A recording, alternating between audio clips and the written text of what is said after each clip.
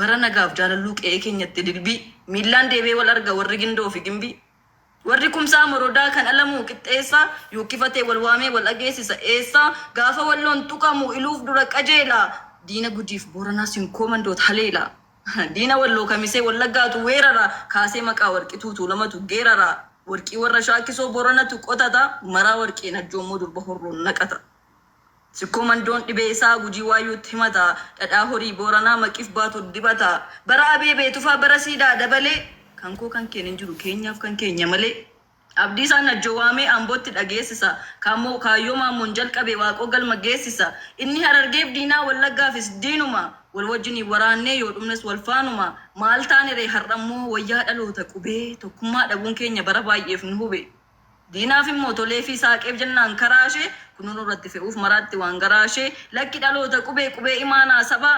komii waliin hordinu dalga qabne arraba wal irratti kaanu kunin ta'u barcaba wal cabsuutu nu cabse kanatu kana qaba harreen dhukkubbiin jillee madaadhaan gangalatti hin ta'u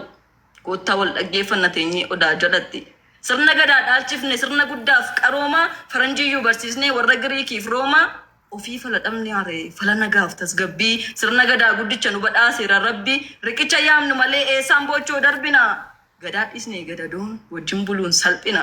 natu caalaan salphina waliin caalaan kabaja waa'ee gamtaaf tokkoomuu sirna gadaatti ajaja akka abbootii keenyaa akka gadaa shananii warra darban ani karra dhugaa bananii akka aadaa fi duudhaa akka safuu ganamaa walwaliif haa qabaannu obsaaf qalbii banamaa diinni cabsuuf nu diigu as falfalatus xiyya nu garuu waltaanaan diin dhufumaa iyya wajjin injifannaa abshirrammii kiyya naannoo taatee naftuu hundumti keenya biyya galatuma Oromiyaan biyya bay Oromiyaan biyya